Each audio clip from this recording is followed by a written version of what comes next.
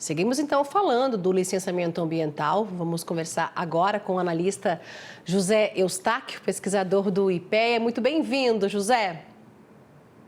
Olá, Simone, é um prazer aí estar para discutir esse tema. Vamos lá, como é que você avalia, né, na tua análise de hoje, né, a sanção, então, do licenciamento ambiental, né, a sanção do presidente Lula, mas com esses vetos, 63 vetos? A gente tem que entender, Simone, que o governo, ele existe e quando ele faz algum tipo de intervenção é para minimizar falhas de mercado. Caso contrário, quando você tem uma distorção da intervenção do governo, ao invés de minimizar as falhas de mercado, você cria falhas de governo. E bem como os analistas que foram apresentados anteriormente mostraram, existem, né, com os vetos que foram dados à Lei Geral de Licenciamento Ambiental no Brasil, pode criar muitas falhas de governo e insegurança jurídica.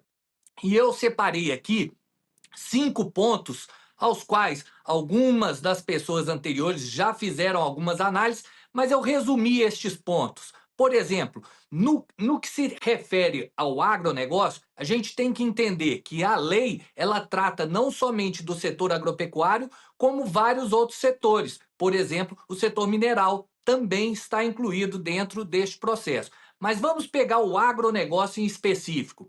Por exemplo, abertura de novas áreas. Fica mais lento e mais caro. Por quê? O cara agora precisa estar validado e analisado. Mas veja só, quem analisa e valida é o governo. Embora o produtor possa até ter o seu CAR realizado, mas ele pode não ter validado via governo. Logo, isso pode trazer um empecilho dentro da produção agropecuária.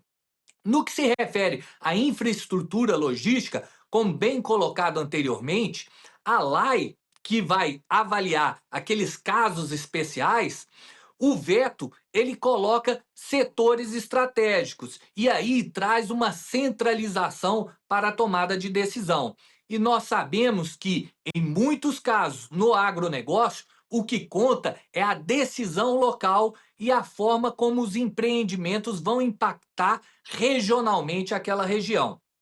E aí, os vetos eles mantêm entraves próximos às áreas protegidas e comunidades tradicionais. Vamos pegar o caso da Ferrogrão. Este é um exemplo que pode, embora estratégico, pode continuar inviabilizado, tal como a gente já observa. No caso da armazenagem e irrigação, muitos casos poderão não usar a LAC, exigindo licenciamento completo, o que seria bastante desnecessário.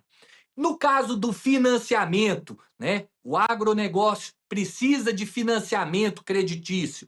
E se você não estiver com todas as suas licenças prévias, vai ter a liberação desses recursos não pode ocorrer na forma que o setor necessita e requer.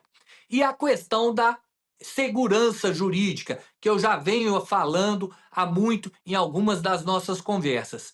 Cria-se um risco de judicialização muito grande, principalmente quando a gente tem outras leis, como é o caso da Mata Atlântica ou mesmo das questões de outorga de água, no caso da agricultura para irrigação.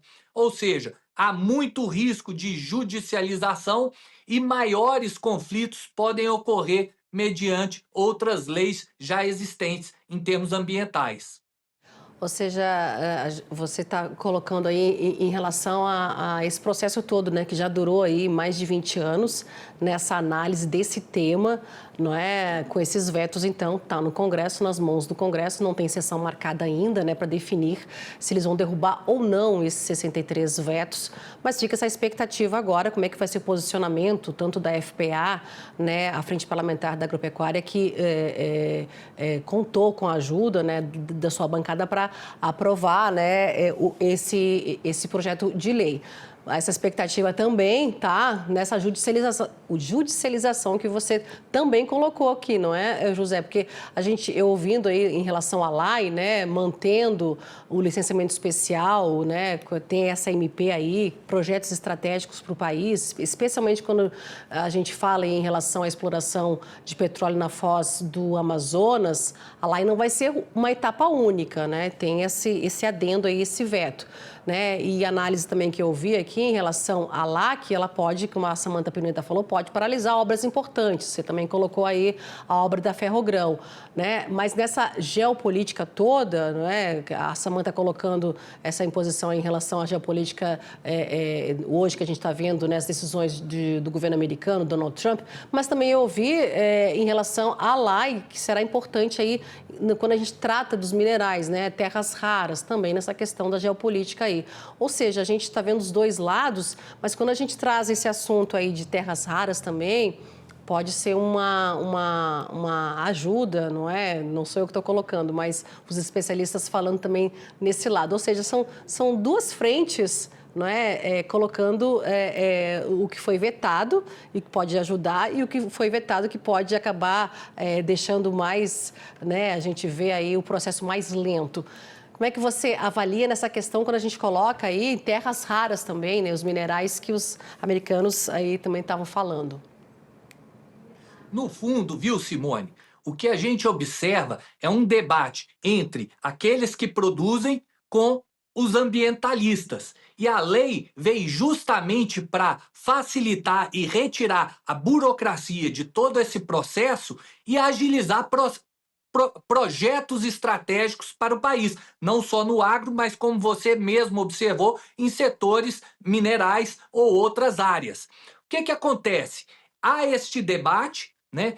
O ponto positivo é que o governo não vetou de todo o que estava sendo discutido. Então, resta agora o Congresso analisar esses vetos. E eu não tenho dúvida, nós vamos corrigir, né, essas distorções para minimizar o impacto. Mas, como bem observado, no nosso país, tudo que é feito no Congresso vai ser judicializado no Supremo Tribunal Federal. Então, a gente continua com essa insegurança jurídica enquanto houver, né, enquanto não houver a separação dos poderes, executivo, legislativo e judiciário, né? A gente precisa de ter freios e contrapesos para que o Congresso Nacional, junto com o governo e junto com o Judiciário, possa definir decisões estratégicas para o país, mas que não tenha interferência de outros poderes por questões seletivas ou de ideologização politizada. Ou seja, o que eu observo é que ainda vai ter essa discussão, provavelmente esses vetos, muitos destes que criam insegurança jurídica vão cair, mas a gente ainda vai ver a história do que virá pela frente. Tá certo, vamos aguardar. Parece que tem muito chão pela frente ainda, não é? José Eustáquio, pesquisador do IPEA e nosso analista aqui do canal. Muito obrigada, viu, José? Um bom início de semana para você e até a semana que vem. Para você também, Simone, fique com Deus e um abraço.